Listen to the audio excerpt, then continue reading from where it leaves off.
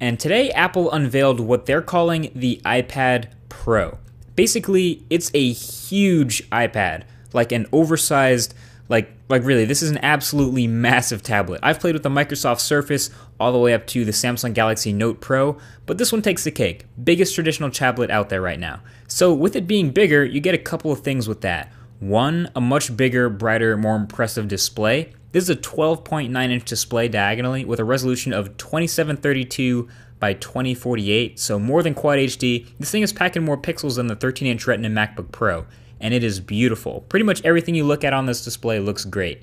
And with that big old body, you have space for more speakers. So Apple put a speaker on all four corners of the tablet. They're still not front-facing or anything, but this does a better job with stereo audio and creating a bigger, more impressive soundstage, especially for movies. And then, of course, with all that space you get, you also have a bigger battery. So we're looking at a 10-hour battery life, according to Apple. And since it is a new top-of-the-line iPad, we also get their highest-end specs. Again, I don't know how much RAM is in this tablet. I hope it's more than 2 gigabytes at this point, but the chip on board is an absolute beast. The Apple A9X is their new 64-bit chip for the tablet, and besides being all quoted as, 2 times faster in processing and graphics, I'm sure it will probably benchmark off the damn charts. They showed it editing 3 streams of full 4K video and handling it like super smooth, and all the multitasking goodies in iOS 9 seemed to work great, especially on this big display.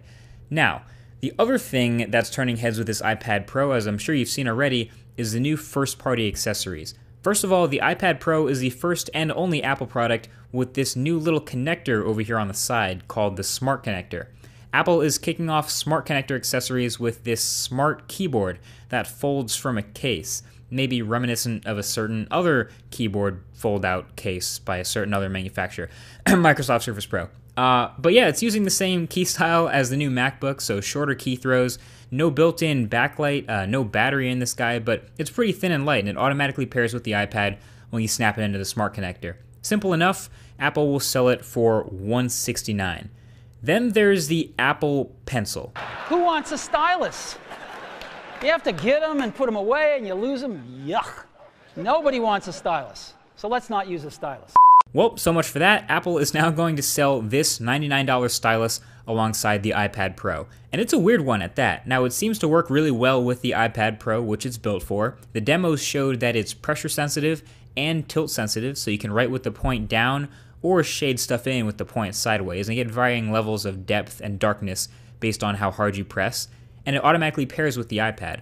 But you also have to remember the Pencil has its own battery, so you kind of have to worry about that sometimes, and it charges via a male lightning connector, so the suggested way to charge it is by plugging it into the iPad Pro, which if you ask me, looks like a really easy way to break it.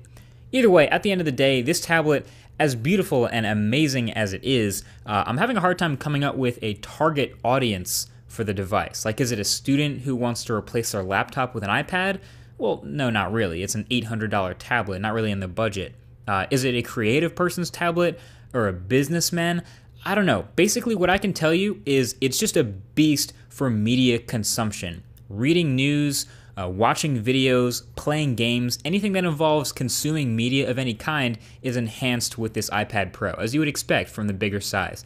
It is a bit heavy to hold with 1.57 pounds.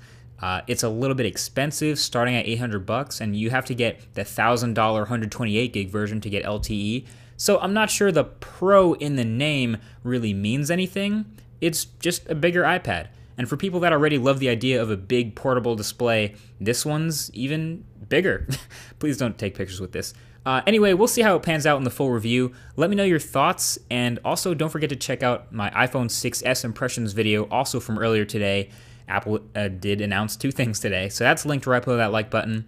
Thanks for watching this one, guys, and I'll talk to you in the next one. Peace.